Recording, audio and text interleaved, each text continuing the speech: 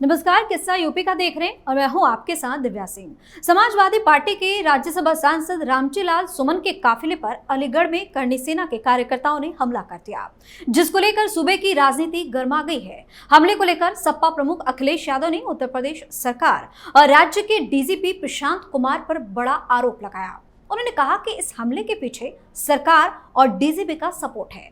अखिलेश ने आरोप लगाया कि उत्तर प्रदेश में पीडीए के लोगों को चुन चुन कर मारा जा रहा है। साथ ही कहा कि बुलडोजर को जानबूझकर बीजेपी की दबंगई और भय का प्रतीक बनाया जा रहा है। वहीं रामजी लाल सुमन का कहना है कि वो लोग सोचते हैं कि इन सब से मैं टूट जाऊंगा या झुक जाऊंगा, तो ये उनकी गलतफहमी है।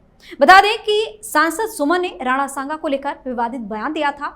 दूसरी तरफ नेपाल सीमा से सटे इलाकों में बाबा का बुलडोजर तेजी से गरज रहा है और अवैध मदरसों और मस्जिदों को तोड़ा जा रहा है। आज इसी पर चर्चा करेंगे। मेरे साथ स्टूडियो मौजूद हैं senior journalist Deep Singh Parihar. Sir, आपका स्वागत है। धन्यवाद।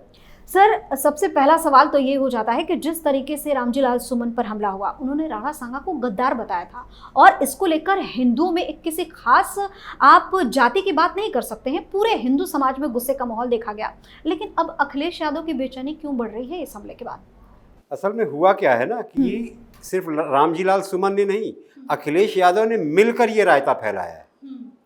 आपको याद होगा कि अखिलेश यादव आगरा आए थे, रामजी लाल सुमन के साथ खड़े होकर उन्होंने कहा था कि मैं इनके साथ हैं, अपने दलित नेता के साथ हूं, ठीक है। और रामजी लाल सुमन ने भी ये कहा था कि करनी सेना से कि दो दो हाथ हो ही जाए। भाई, अब क्यों डर रहे हो? आपने सुरक्षा की भी मांग कर दी, सब कुछ, हाईकोर्ट भी चले गए, आपका बेटा भी हाईकोर्ट चला गया है। अब किस बात पे डर रहे हो? भाई, आपने ऐसी बात की, अगर एक राजपूत समुदाय है, अगर उसकी भावनाएं इस बात से आहत हुई हैं, आप माफी मांग लो, किस्सा खत्म करो। और क्योंकि उन लोगों ने तो कहा ही था कि माफी मांग लीजिए, कहानी खत्म हो जाएगी। बिल्कुल। तो आप वो कर नहीं रहे हो। अखिलेश यादव आपको और ज्यादा उकसा रहे हैं कि मैं आपके साथ खड़ा हूं और ये है और वो है, और वो पीडीए की वो राजनीति में लगे हुए हैं। अरे भाई, अभी इतना बड़ा पहलगाम में इतना बड़ा किस्सा हुआ, 28 हिंदुओं को धर्म पूछ पूछ कर मार दिया गया। एक लड़का उसमें से कानपुर का भी था। आप गए उसके घर, आपने उसके घर वालों से किसी भी तरह की कोई हालचाल खबर ली? नहीं ली। आप नेहा राठौड़ के साथ जाके खड़े हो गए, आप जिसने इस पूरे पहलगाम मामले पे, जिस पर देशद्रोह का केस दर्ज हो गया है, अखिलेश यादव उसको सपोर्ट करने के लिए खड़े हो जाते हैं। जो विवादित बयान दे रहा है उसके साथ जा रहे हैं, लेकिन जिसके यहाँ जाना चाहिए उसके यहाँ नहीं जा रहे। उसके यहाँ नहीं जा रहे। आप बोल रहे हैं कि भाई सरकार को 10 करोड़ देना चाहिए, नौकरी देना चाहिए। अरे, आप उस सूबे के हैं, आप कभी मुख्यमंत्री रहे हुए हैं, आप उन्हीं लोगों से वोट देते हैं। हाँ, इस बार के आप 27 के चुनाव में जरूर आपका सब कुछ बदल चुका है कि हाँ भाई, मुझे सिर्फ पीडीए से ही चुनाव वोट चाहिए। अगर उत्तर प्रदेश की बात करें तो विपक्ष का आप एक बड़ा चेहरा है वहां। बिल्कुल बिल्कुल, माने वो मुख्य विपक्षी पार्टी है अखिलेश यादव। भाई, मायावती का कहीं पता रहता नहीं है, राहुल गांधी को नहीं पसंद करते हैं यूपी में लोग, तो भाई बचा कौन? अखिलेश यादव। आप वहां पे मुख्य विपक्षी पार्टी हैं, लेकिन आपको क्या चाहिए? आपको सिर्फ पीडीए चाहिए, आपको पिछड़ा चाहिए, आपको अल्पसंख्यक चाहिए। इसीलिए आप जाके नेहा राठौर के बगल में जाके खड़े हो रहे होंगे कि अल्पसंख्यकों को लुभाए रखा जाए। 2027 में जो 20% वोट है, उस पे कहीं से आंच नहीं आनी चाहिए।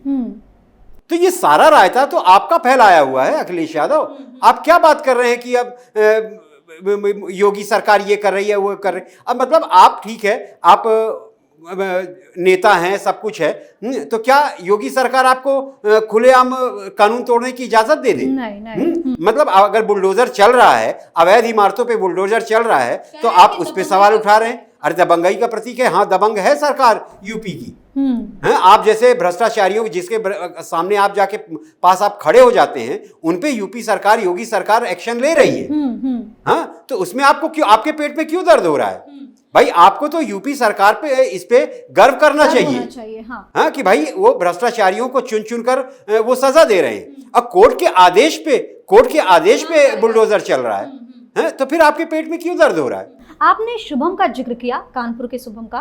पीड़ित परिवार के पास तो नहीं गए, लेकिन उनका एक स्टेटमेंट आया था जो काफी ज्यादा वायरल और बवाल भी मचा है इस पे, क्योंकि जिस तरीके का उन्होंने बयान दिया है उस पर बवाल मचना तय था। उन्होंने सीधा सीधा कह दिया कि मेरा सीधा संबंध नहीं है, मैं अपने कार्यकर्ताओं को कहूंगा कि वो जाकर मिल ले, क्योंकि कई बार ऐसा होता है कि बीजेपी कुछ गलत करवा देती है, व्यवहार वहां पे जाने पे कुछ क्यों, डर क्यों है इतना?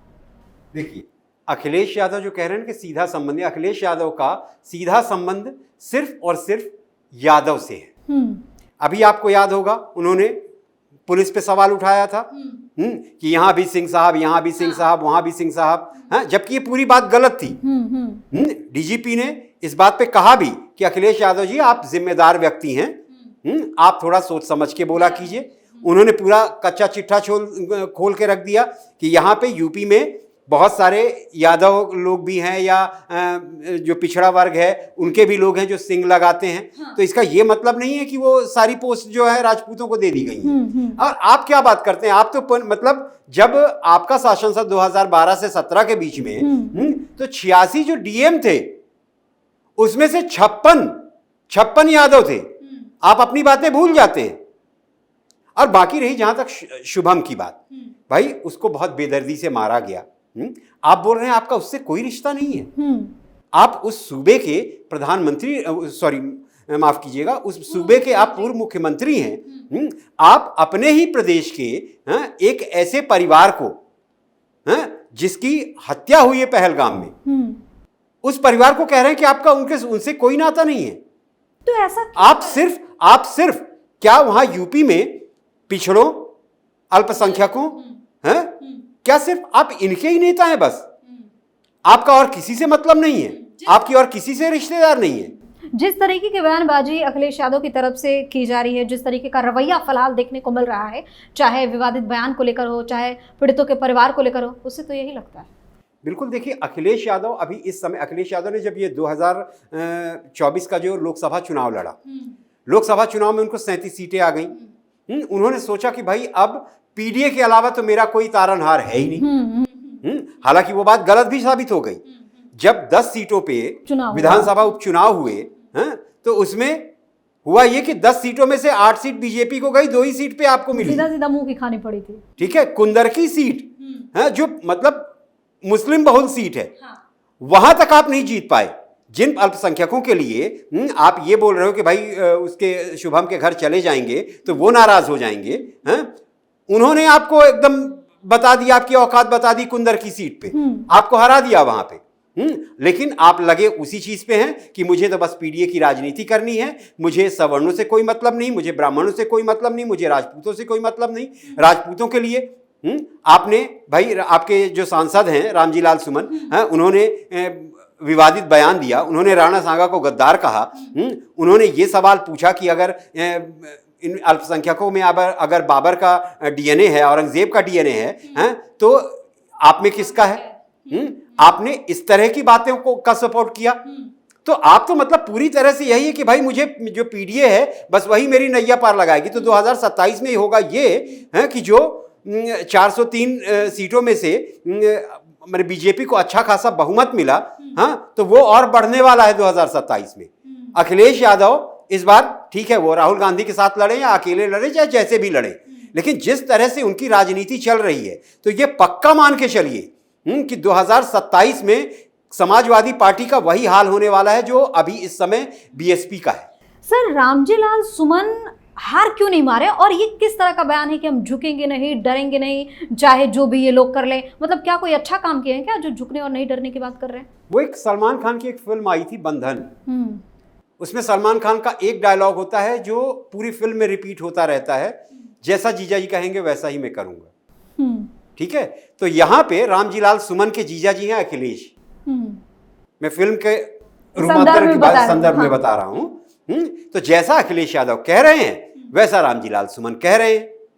हालांकि वो डरे हुए भी हैं। इस बात का भाई उदाहरण मिल भी चुका है कि भाई वो इलाहाबाद हाई कोर्ट गए और उन्होंने सुरक्षा की मांग की। उनके बेटे भी गए, उन्होंने याचिका दी कि भाई हम असुरक्षित महसूस कर रहे हैं, हमें हमारी जान को खतरा है। तो ये भी कर रहे हैं वो। लेकिन अखिलेश यादव जब कह रहे हैं कि हाँ भाई मैं अब तो अपने दलित नेता के साथ खड़ा हूं, हाँ तो बस उनको इसी बात की हिम्मत मिल रही है और वो बस लगे हुए हैं, फिर से उन पे हमला हुआ है।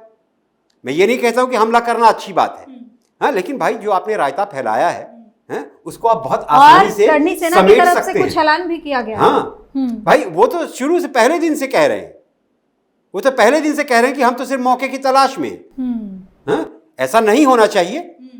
भाई ये देश संविधान से चलता है, कानून से चलता है, आंख के बदले आंख और कान के बदले कान से नहीं चलता है। समझने की जरूरत है कि इस तरह की बिल्कुल समझने की जरूरत है।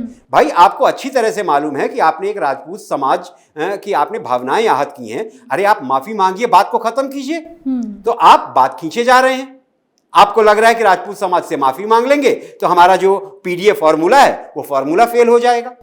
वो होगा 2027 में जरूर फेल होगा और वो नतीजे आपको जरूर बता देंगे कि किस तरह से फेल।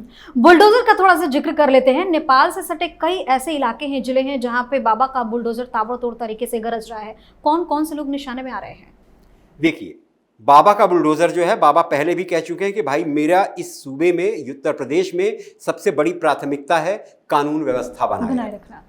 ठीक है, तो जो 89 जगहों पे उन्होंने बुलडोजर चलाया है, तो वो जगह हैं जिनको कब्जा किया गया था, जिन पर अवैध कब्जा था। अवैध अतिक्रमण है ना। उसके अलावा वो मीना बाजार में भी यही था कि मीना बाजार में करीब 50 दुकानें बना ली गई अवैध, वो भी सरकारी जमीन पे। उस पे भी यूपी सरकार ने कोर्ट से जीत हासिल की। कोर्ट ने ये फैसला दिया कि भाई इन दुकानों को हटाया जाए क्योंकि वहां पे फ्लाईओवर बना और वो जगह बहुत संकरी हो गई। तो योगी तो हर जगह व्यवस्था बनाने में लगे हैं और उस व्यवस्था के बीच में जो भी आएगा वो बुलडोजर चलेगा जी। योगी सरकार ने अब उसको अखिलेश यादव दबंगई बोले चाहे जो भी बोले, लेकिन अगर कानून व्यवस्था के रास्ते में जो भी आएगा उस पर बुलडोजर चलेगा, चाहे अखिलेश यादव रोए चाहे गाएं। जी सर, बहुत बहुत धन्यवाद तमाम जानकारी के लिए। धन्यवाद। तो रामजीलाल सुमन पर हुए हमले के बाद अखिलेश यादव बौखलाए हुए हैं और अनाप शनाप बयानबाजी कर रहे हैं, लेकिन लोगों का कहना है कि जिस तरह की बयानबाजी सुमन ने की है उसका अंजाम तो उनको भुगतना ही पड़ेगा। वहीं दूसरी तरफ सीएम योगी के बुलडोजर एक्शन से एक साथ कई इलाकों में भगदड़ मची हुई है। किस्सा यूपी का में फिलहाल के लिए इतना ही। आप अपनी राय हमें कमेंट करके जरूर बताएं और देखते रहिए कैपिटल टीवी उत्तर प्रदेश। नमस्कार।